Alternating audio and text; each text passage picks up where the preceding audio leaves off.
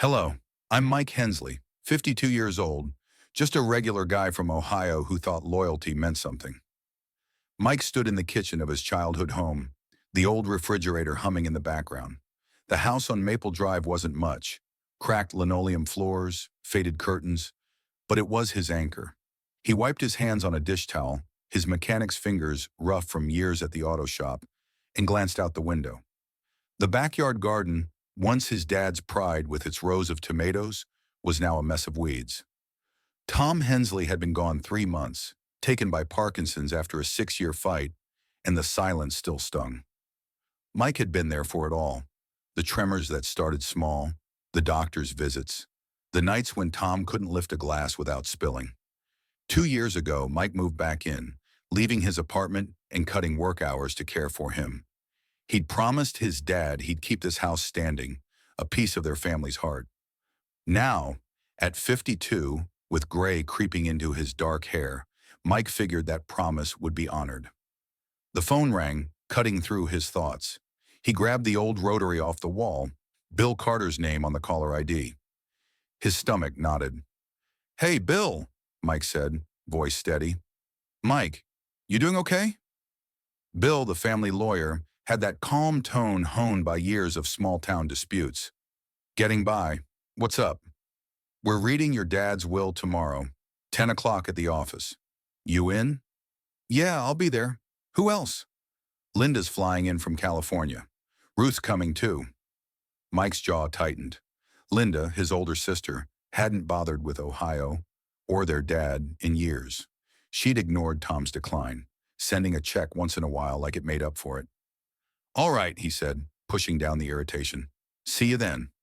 He hung up and sank into his dad's recliner, the leather still holding a whiff of aftershave. The will hadn't crossed his mind much.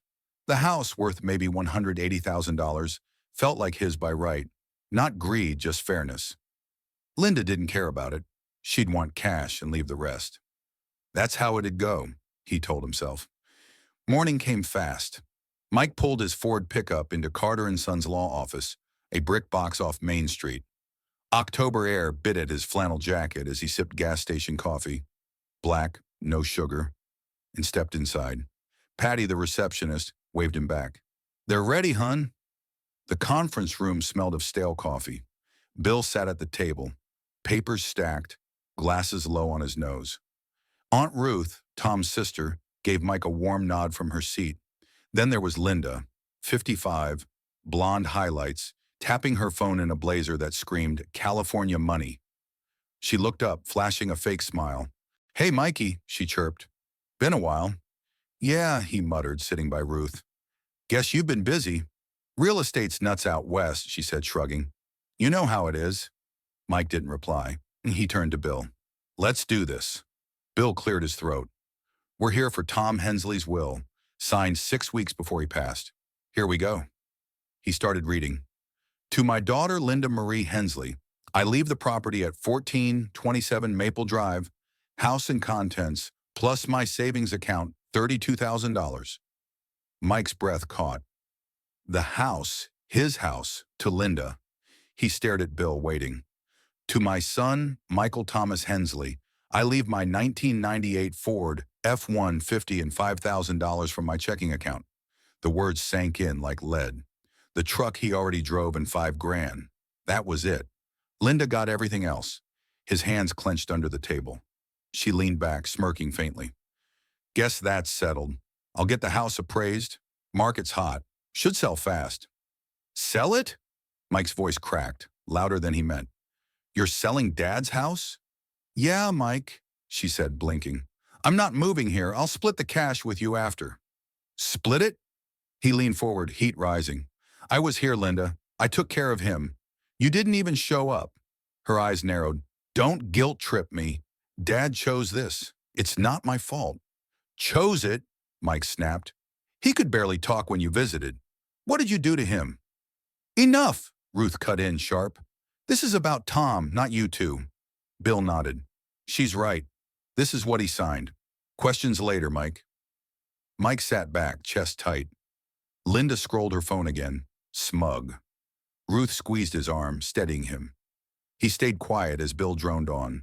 Taxes, details, but his mind raced. 6 weeks ago, Tom was a shell, Linda hovering for a weekend. Something wasn't right. Outside, the gray sky matched his mood. He climbed into his truck, gripping the wheel. This wasn't over. Not by a long shot. Mike drove home from the lawyer's office, the Ford's engine growling under his tight grip. The gray October sky loomed heavy, mirroring the ache in his chest. Linda's voice looped in his head. "I'll split the cash with you after," like she was tossing him a bone. The house on Maple Drive, the one he'd kept standing for his dad, was hers now. She'd sell it without blinking. He pulled into the driveway, tires biting gravel, and sat there, staring at the porch's chipped paint. 6 weeks ago, Tom had signed that will. 6 weeks ago, Linda had rolled in for a weekend, all smiles and takeout, while Mike juggled hospice visits and pill schedules. He'd thought she was saying goodbye. Now he doubted it. Inside, the house felt empty, colder than it should. Mike grabbed a beer from the fridge, popped the cap, and dropped into the recliner. The leather creaked under him. He didn't drink much anymore, too worn out from the shop, but tonight he needed it. The will didn't add up. Tom had loved this place, spent his final years here with Mike holding it together. Why hand it to Linda, who hadn't bothered to show up? He thought back to that August weekend. Linda had arrived out of nowhere, her rental car parked sloppy in the drive. She'd brought Chinese, egg rolls, lo mein, sat with Tom, talking about her Sacramento life. Mike had been grateful, fetching water, adjusting pillows, taking the rare breather. She'd left Sunday night, hugging Tom, promising to call. She hadn't. Now her smirk at the reading, her rush to sell, it wasn't right. The phone rang, cutting the silence. Mike grabbed it, hoping it wasn't her. Aunt Ruth's voice came through. "Mike, you all right?" "Not really," he said, rubbing his temple. "You?" "Mad as hell," she replied. "That will's wrong. Your dad wouldn't do you like that." "You think so too?" Mike sat up. "Linda's already planning to sell." Ruth sighed. "She's always been about money. But Tom told me last year he wanted you to have this house. Said you earned it." Mike's pulse jumped. "He told you that?" "Clear as day. On the porch. Summer before last. Called you the backbone of this family." The words stung and soothed at once. "Then why'd he sign it over to her?" "Don't know," Ruth said. "But after Linda left in August, he was upset. Kept saying he didn't mean it. I thought he was just tired." "Didn't mean what?" Mike pressed. "He didn't say. Just mumbled about promises in the house. Should have pushed him." Mike gripped the phone. "She was here that weekend. Something happened." "Maybe," Ruth said. "You letting this go?" "No," he said, firm. "I can't." "Good, I'm here if you need me." He hung up, the quiet creeping back. Ruth's words ignited something. Tom hadn't wanted this. Linda had meddled, twisted things when he was too frail to resist. Mike didn't know how yet, but he'd figure it out. Next morning, he called in sick to the shop. Pete didn't push. Mike never skipped work. He needed time to dig. He started in the living room, flipping through mail and papers on the coffee table. Bills, hospice notes, nothing. Then he thought of Tom's bedroom desk. The room smelled of liniment and dust. Mike hadn't touched it much since Tom passed. Too hard. The oak desk sat by the window, scratched and sturdy. Top drawer, pens, a pocket knife, an old photo of him and Linda as kids. Second drawer, bank statements, tax forms. The bottom drawer jammed. He yanked and it opened with a scrape. Inside, a rusted lockbox. Mike's heart thudded. He'd seen it before, where Tom kept the deed. No key. He grabbed the knife, pried the latch until it gave. Papers spilled out, house title, Mom's death certificate, and a handwritten sheet. He unfolded it, breath-catching. A will dated July 2023. Tom's shaky hand. "To my son, Michael, I leave the house at 1427 Maple Drive for all he's done. To my daughter, Linda, my savings." Signed by Tom, Helen, and Jim Carter. Mike stared, hands trembling. This was Tom's real wish, not Linda's grab. 2 years old before the worst of the Parkinsons. It was legit, and it changed everything. The phone rang again. Linda. Mike, she said, clipped. Realtor's coming tomorrow. Thought you'd want to know. Moving fast, he said, voice flat, the old will in his lap. Gotta strike while it's hot. Clear out what you want before they stage it. Stage it, he echoed cold. You don't even care, do you? Care? She laughed sharp. I cared enough to fly out. I'm not the bad guy. Dad wanted me to have it. Did he? Mike's grip tightened. Or did you make him? A beat of silence. What's that mean? She snapped. Nothing, he lied. Just wondering. Wonder less, she said. It's done. Deal with it. She hung up. Mike sat there, dial tone buzzing, fire in his veins. He traced Tom's handwriting on the will.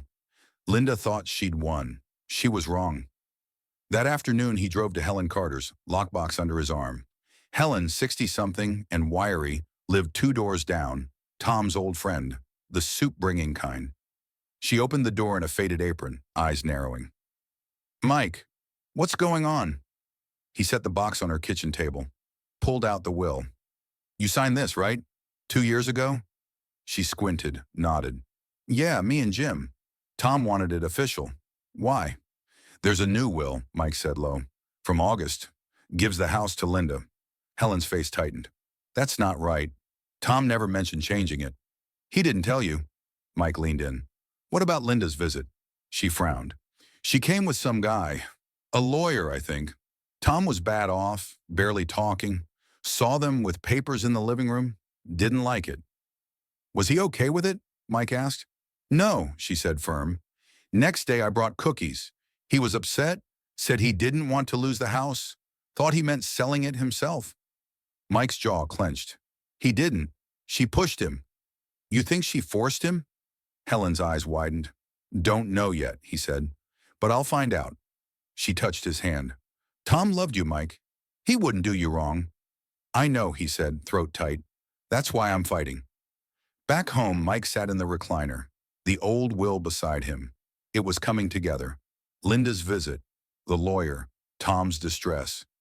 She'd preyed on a dying man, bent his wishes for her gain. He didn't have the full picture, but this paper was his shot. Tomorrow he'd call Bill, dig deeper. Tonight, he stared at the ceiling, the still house a promise he'd keep. Linda thought it was over. She'd see. Mike woke to the sound of rain tapping the roof, the old will still on the coffee table where he'd left it. His head ached from a restless night, but the paper in front of him sharpened his focus. Tom's words, to my son, Michael, I leave the house, were a lifeline. Proof Linda's victory wasn't clean. He wouldn't let her sell this place out from under him. He brewed coffee, the bitter smell grounding him, and replayed Helen's words. Tom upset, a lawyer with Linda, papers on the table. 6 weeks ago, his dad had been a shadow, shaky, confused. Signing a new will then? Mike didn't buy it. He needed more. The garage was his next stop. Tom had kept odds and ends there. Tools, files, junk from decades past. If there was anything else, it'd be there. He pulled on a jacket, grabbed the lockbox, and stepped into the damp chill. The garage door groaned as he lifted it, revealing a clutter of rusted cans and cardboard boxes. He started with a metal filing cabinet in the corner, its drawers squeaking open. Inside, old receipts, car manuals, a yellowed railroad union card. Nothing useful. Then behind a stack of paint cans, he spotted a small wooden box, latched shut. His pulse ticked up. He pried it open with a screwdriver. Inside, a bundle of envelopes tied with twine. Mike untied it, hand steady. Most were bills, but one caught his eye. A letter from Tom, dated August 10th, addressed to him. 3 days after Linda's visit. He tore it open. The paper crisped despite the years. Mike, it read in Tom's uneven scrawl. I messed up. She got me to sign something. Said it was for the best. I didn't want this. The house is yours, always was. Forgive me. The words hit like a fist. Tom knew. He'd been coerced, regretted it. Mike's throat tightened. Anger at Linda. Grief for his dad's guilt. This wasn't just a will. It was a confession. But it wasn't enough. Courts needed more than a note. He kept digging. In the same box, a folded receipt from a notary in town, dated August 7th. the day Linda left. $50 for document certification. Mike's jaw clenched. She'd brought a lawyer and a notary, sealed the deal while Tom could barely hold a pen. It was starting to look like a setup. He called Bill Carter that morning, voice calm but firm. Found something. Can we talk? Office, 1 hour, Bill said, sensing the edge in Mike's tone. Mike arrived with the lockbox, letter, and receipt, rain streaking his jacket. Bill's office was warm, the desk cluttered with files. The lawyer leaned back, glasses low on his nose. What have you got? Bill asked. Mike slid the old will across. This is from 2 years ago. Tom left me the house, Linda the savings.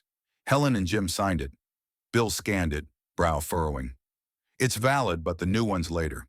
Supersedes this. Then there's this. Mike handed over the letter. Tom wrote it after Linda's visit. Says she made him sign something he didn't want. Bill read it, lips tightening. This is trouble. Suggests duress, but it's not proof. And this. Mike dropped the notary receipt. August 7th. She had it done fast. Bill tapped the desk, thinking.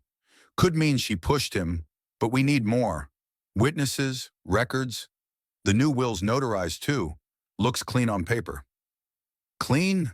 Mike's voice rose. He was half dead, Bill. She took advantage. I hear you, Bill said, raising a hand. But courts don't run on feelings. We need hard evidence. Someone who saw it or proof he wasn't sound. Mike sat back, frustration simmering. Helen said he was upset after. Said he didn't want to lose the house. That's a start, Bill nodded. Get her statement. Anything else from that weekend? Mike thought. The hospice nurse, Carol, she was there Saturday. Might have seen something. Track her down, Bill said. If we can show coercion, we can challenge it. I'll pull the new will's notary file, see who they used.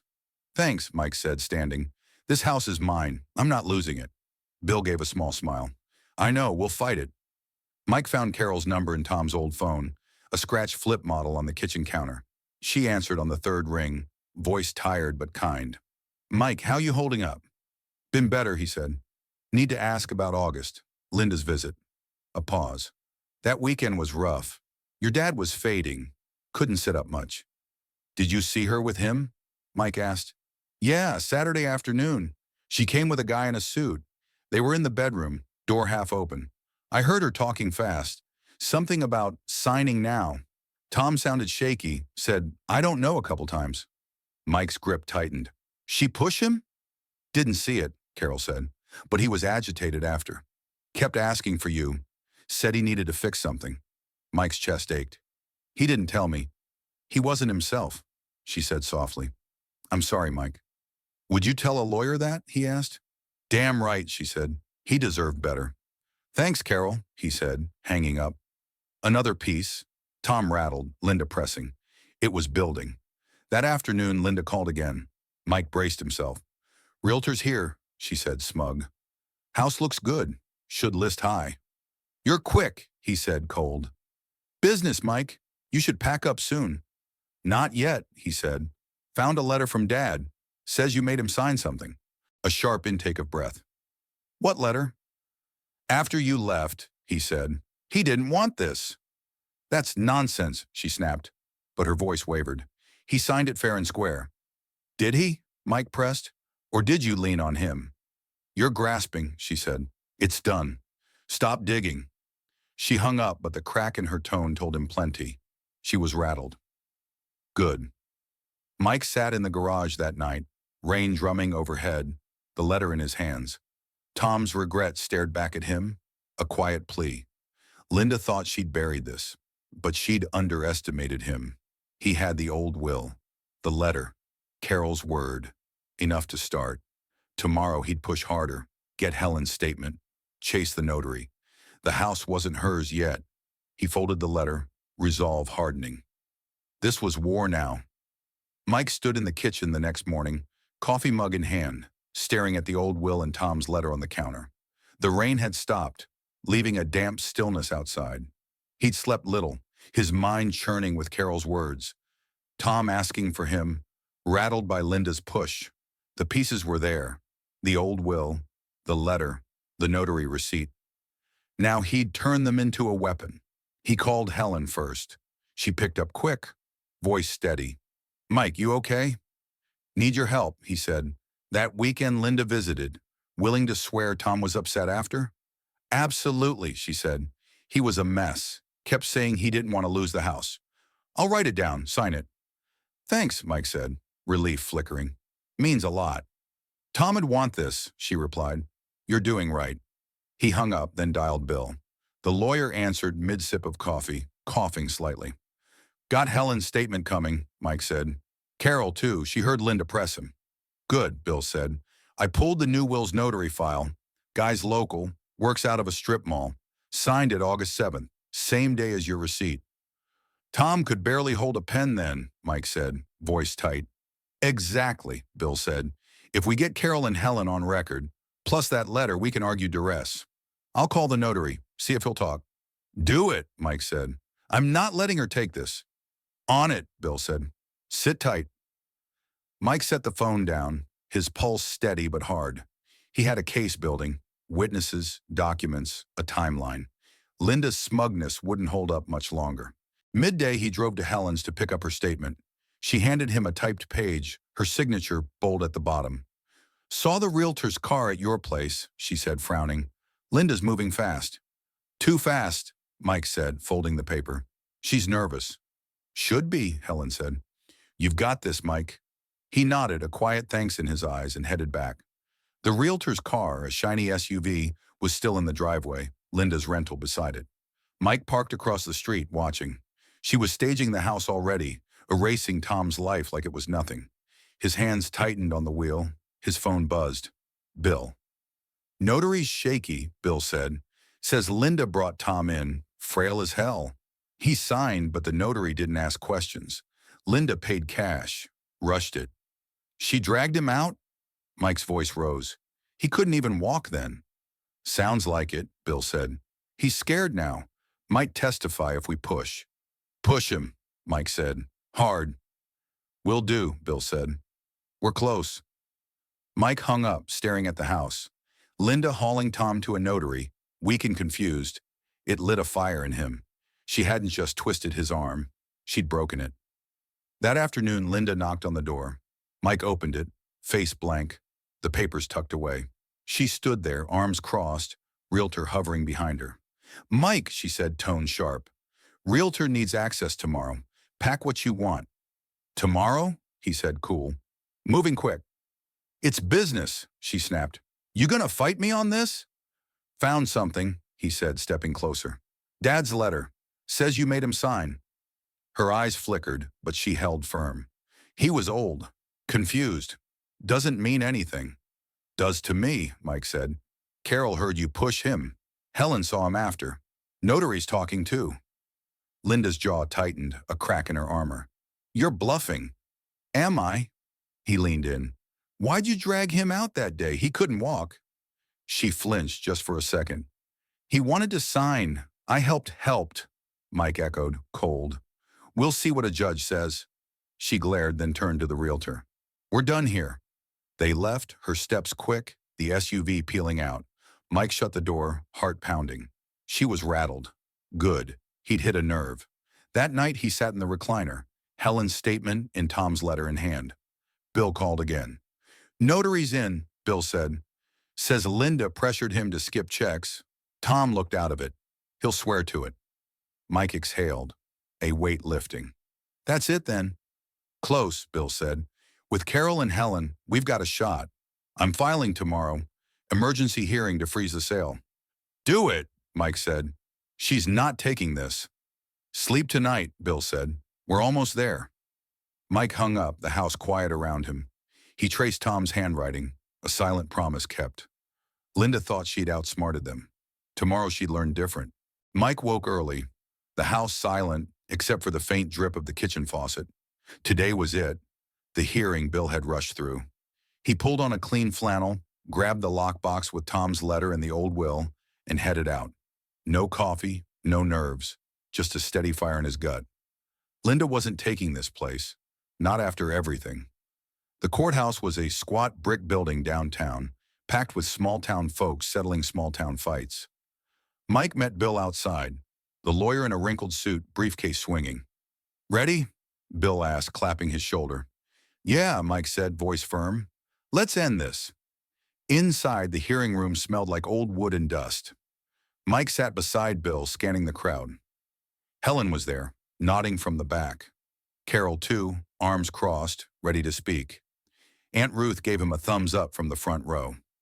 Then Linda walked in, blonde hair pulled tight, blazer crisp, her realtor trailing like a shadow. She didn't look at Mike, just sat across the aisle, whispering to her lawyer, a slick guy in a tie too shiny for Ohio. The judge, a gray-haired woman named Hargrove, banged her gavel. Let's get started.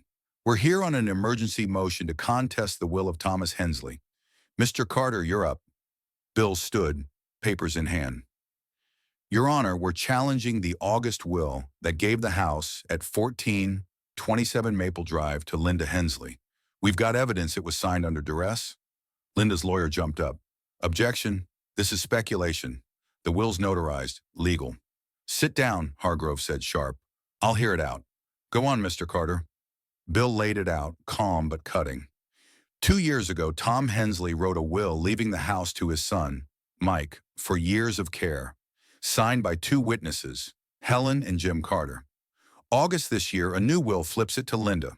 But we've got proof it wasn't Tom's choice. He handed over the old will, then Tom's letter. Tom wrote this days after Linda's visit, says she made him sign something he didn't want. He was dying, barely coherent. Linda shifted, her lawyer scribbling notes. Mike kept his eyes on the judge.